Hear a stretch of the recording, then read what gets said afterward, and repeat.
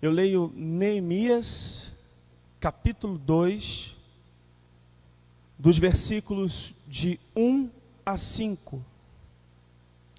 Eu leio na nova versão Almeida atualizada. Os irmãos que preferirem podem me acompanhar aqui na projeção. Diz assim a palavra do Senhor: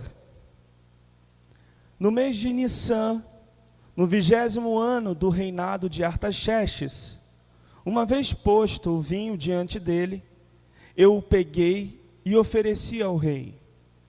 Ora, nunca antes eu tinha estado triste diante dele. Então o rei me disse: por que o seu rosto está triste se você não está doente? Isso tem de ser tristeza do coração.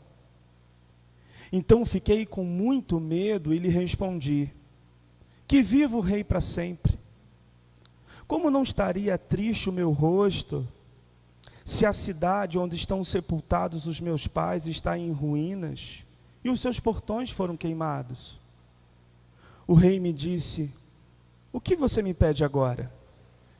Então orei ao Deus dos céus e disse ao rei: se for do agrado do rei, e se este seu servo encontrou favor em sua presença, peço que o rei me envie ajudar a cidade onde estão os túmulos dos meus pais, para que eu a reconstrua.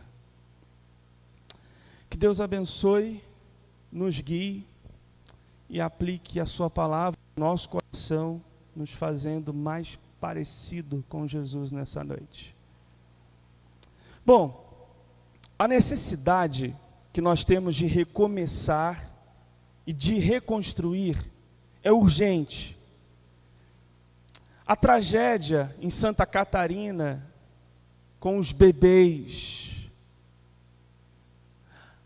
a crise e o colapso econômico de grande parte do comércio, por exemplo, de Campinas, a fraqueza ou a perda da fé de muitas pessoas em relação a Deus, as crises que foram geradas em muitas pessoas em relação a essa pandemia, diante de muitas perguntas que se fizeram, são algumas das evidências de que a gente vai precisar reconstruir muita coisa daqui para frente.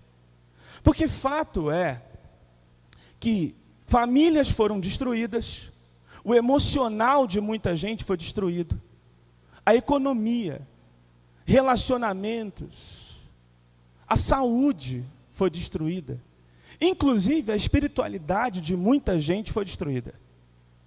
Tem-se dito por aí que o Brasil vai precisar de muito tempo e de muita empatia uns pelos outros para recuperar tudo que a pandemia levou, tudo que esse tempo causou em nós.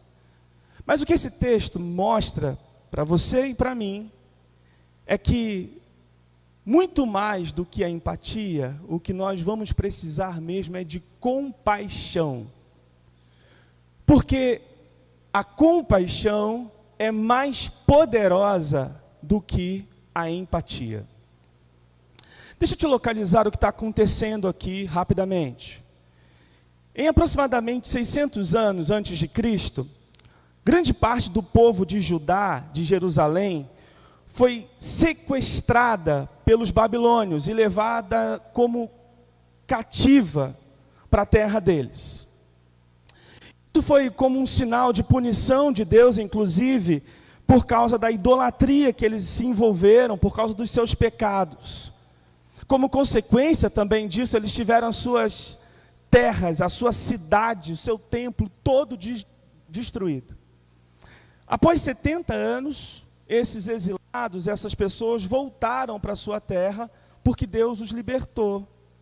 Pouco tempo depois, surgem Esdras e Neemias, dois personagens da Bíblia, que inclusive, no nosso livro, na nossa Bíblia, são dois livros que são separados. Mas na Bíblia hebraica, esses livros são juntos. Por quê? É uma só história. As histórias se completam. No entanto, Esdras, poderíamos assim dizer, que em última instância, se ocupa e se preocupa em recuperar a lei do Senhor e ensinar esse povo a obedecer à lei de Deus novamente, nesse retorno, nesse recomeço do povo. Mas Neemias, podemos também dizer que, sim, ele se preocupa com a santidade, ele se preocupa, sim, em que o povo obedeça ao Senhor. Mas, além disso, Neemias, ele é um copeiro do rei, ele é um profeta que está no Império Persa, trabalhando pelo rei Artaxerxes, como bem lemos. Ele faz parte da cidade de Jerusalém, desse povo de Jerusalém, mas ele se preocupa especificamente em reconstruir os muros dessa cidade. Porque, para ele e para o contexto da época, uma cidade sem muros é uma cidade sem dignidade, sem proteção, uma cidade vulnerável. E tão logo fácil de ser invadida, destruída novamente. Claro que também ele pensa que construindo os muros novamente, ele faz com que o seu povo, o povo de Jerusalém, não se misture novamente com os outros povos pagãos, para que não haja novamente uma idolatria entre o povo de Jerusalém com povos que não fazem parte do povo de Deus. E o que a gente pode aprender com Neemias? Bom, inúmeras verdades e inúmeras virtudes. A primeira delas é que Neemias é um sujeito extremamente sensível. Sensível porque ele vê a sua cidade destruída e ele se entristece por ela. Por 3 vezes o texto aponta que Neemias está triste. E isso revela que ele sente o que está acontecendo com o seu povo. Neemias também é um sujeito extremamente dependente de Deus. Porque diante da pergunta que o rei lhe faz, ele não se baseia no seu próprio entendimento, muito menos no cargo de copeiro de alguém importante. Não, ele ora a Deus antes de dar uma resposta. Ele se mostra um sujeito dependente de Deus. Mas também Neemias é um sujeito extremamente estratégico. Porque quando ele responde, ele sabe o que vai dizer. Isso significa que Neemias planejou, fez um bom estudo de caso. Ele sabe executar. Ele sabe o que quer. Isso é extraordinário. Isso nos mostra, tanto para você quanto para mim, que é extremamente perceptível que há um sentimento muito mais profundo em Neemias do que simplesmente simpatia. Neemias está cheio mesmo de compaixão. A compaixão é algo que vai muito além de simpatia. E isso pode ser explicado, por exemplo, pelas ciências da mente. As ciências da mente nos dizem que enquanto a empatia nos coloca no lugar do outro, nos faz enxergar a vida como o outro, a compaixão ela vai além. Ela nos coloca no lugar do outro, nos faz sentir e sofrer com o outro, mas nos leva a nos impulsionar a tirar o outro dessa zona de sofrimento, ou pelo menos aliviar. Ou seja, a compaixão é o amor em movimento. A compaixão é o amor em ação. Na Bíblia Sagrada, a compaixão é usada muitas vezes para descrever a misericórdia de Deus, tanto no Antigo como no Novo Testamento. E é isso que Neemias está fazendo aqui. Ele não apenas sente o que seu povo sente, ele deseja curar, ele deseja aliviar, ajudar o seu povo a deixar de sofrer.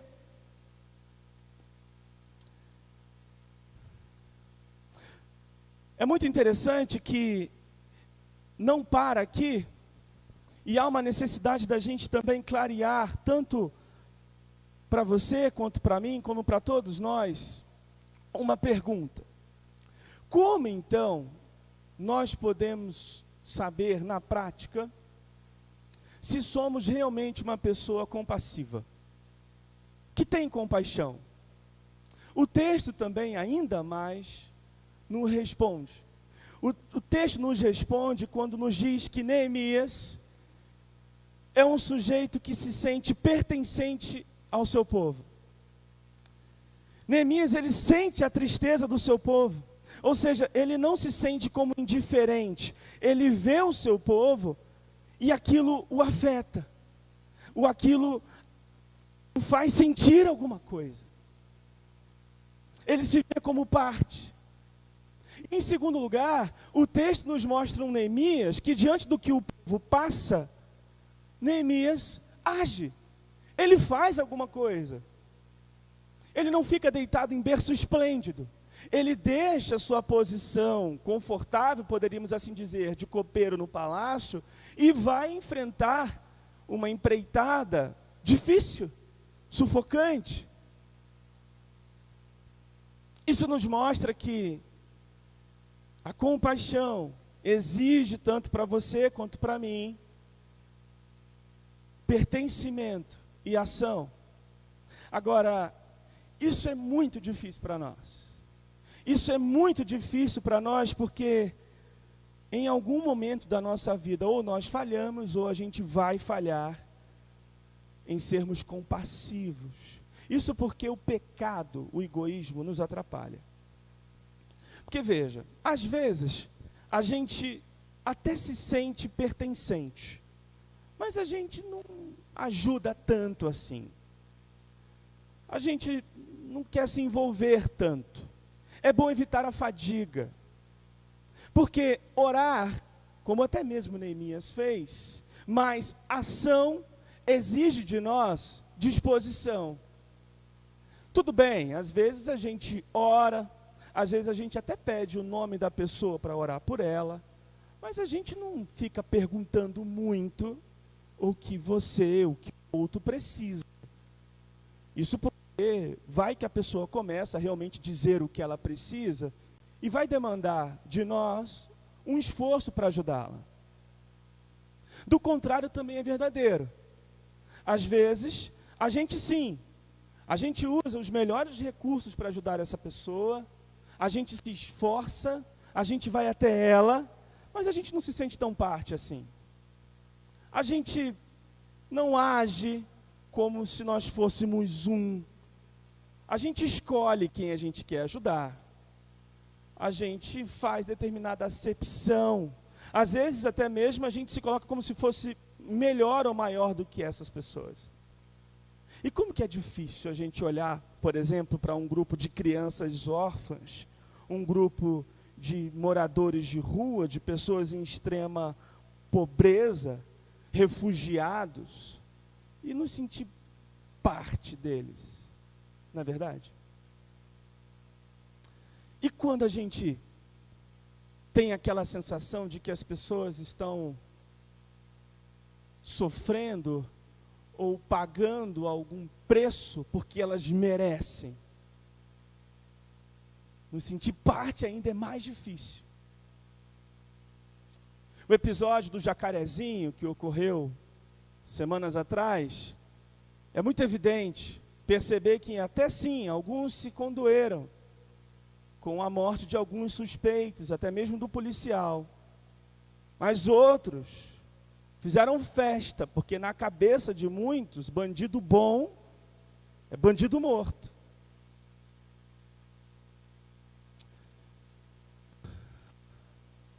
Essa é uma postura, inclusive, presente até mesmo no povo de Israel ao longo do tempo, porque ao invés deles serem luz, cumprirem o seu papel como instrumento de Deus, como voz de Deus, como cuidadores de necessitados, de outras nações, inclusive, eles optaram por não fazer, por abrir mão disso.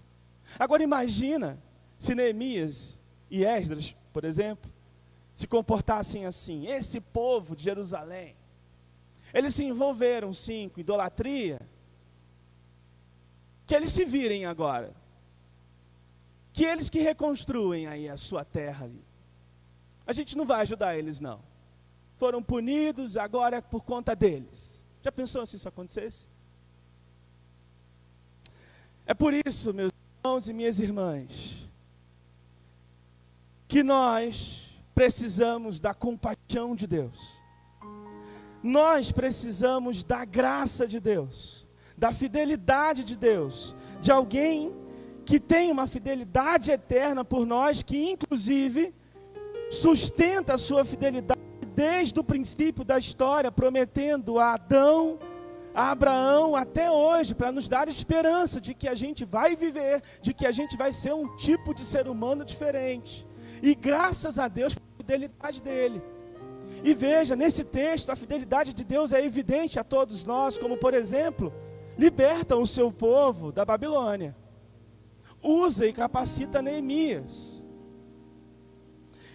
Faz com que um rei pagão, persa,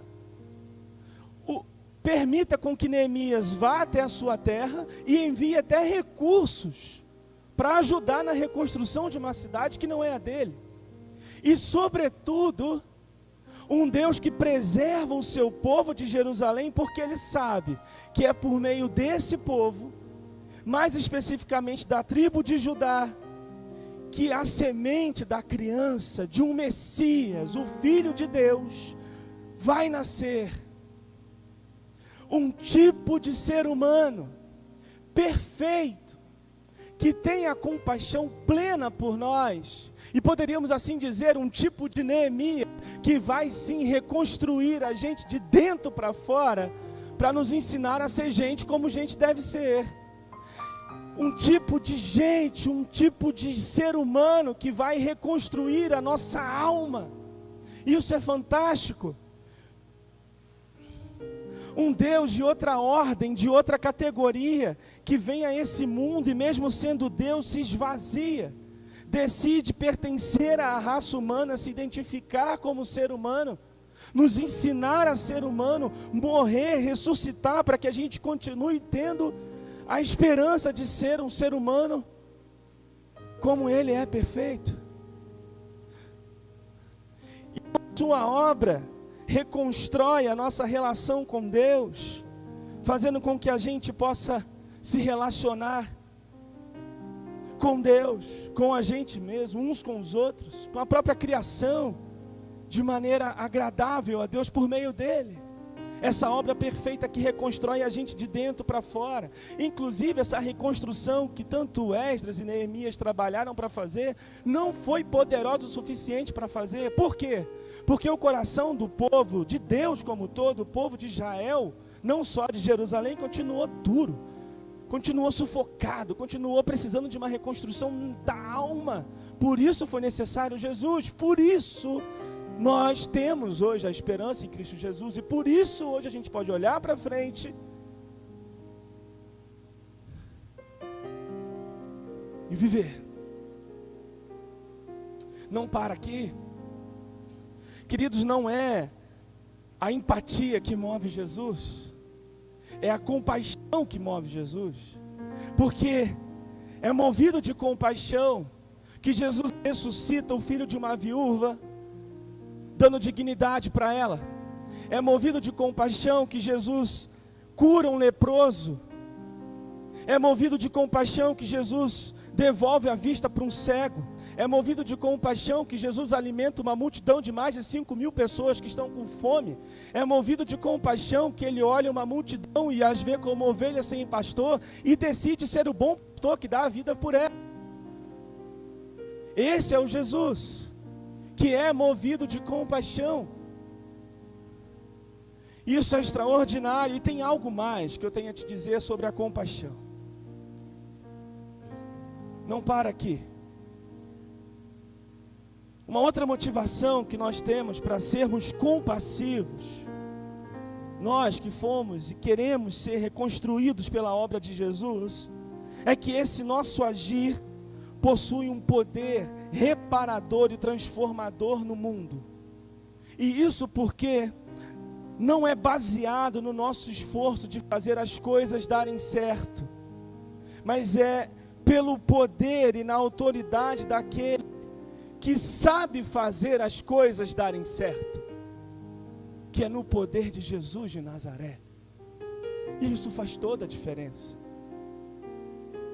E é desse jeito que Deus nos convida a participar do plano dele. E se Jesus teve compaixão de você, e se Jesus teve compaixão de mim, o que Ele espera é que a gente tenha compaixão uns pelos outros. O que Ele espera é que a gente faça alguma coisa de compaixão pelos outros. Veja, por exemplo, quando você resolve cuidar emocional, espiritualmente de alguém, quando você resolve perguntar, buscar, querer saber como que você pode ajudar alguém a pagar uma conta, a fazer uma compra, querendo, por exemplo, saber se essa pessoa precisa comer, está precisando de algo para vestir, está precisando de algo para beber, acompanhar, por exemplo, um amigo ou uma amiga a arrumar a roupa ou um guarda-roupa de um ente querido que faleceu. Atitudes de compaixão. Atitudes de compaixão é quando a gente decide caminhar com uma pessoa, por mais difícil que ela seja, e ensinar essa pessoa a obedecer a tudo que Jesus ensinou, discipulá-la. E como eu disse, é desse jeito que Deus espera que você e eu participemos desse plano dele de restauração do mundo. Porque Deus está em restauração no mundo. Vai haver uma cidade santa, onde não vai nem haver mais necessidade de muro. Numa cidade santa e perfeita, sem muros, porque todos os países, todos os idiomas, todas as raças, tribos, homem, mulher, pobre, rico, milionário, favelado, todos vão estar juntos. Aqueles que foram salvos em Cristo Jesus, em adoração a Cristo Jesus, ao verdadeiro reconstrutor, que começou a boa obra em nós, e é fiel e vai completar. E é esse que chama você, que chama a mim, para participar desse plano de restauração e desse privilégio, na qual o maior beneficiado somos nós mesmos. Que Deus nos abençoe.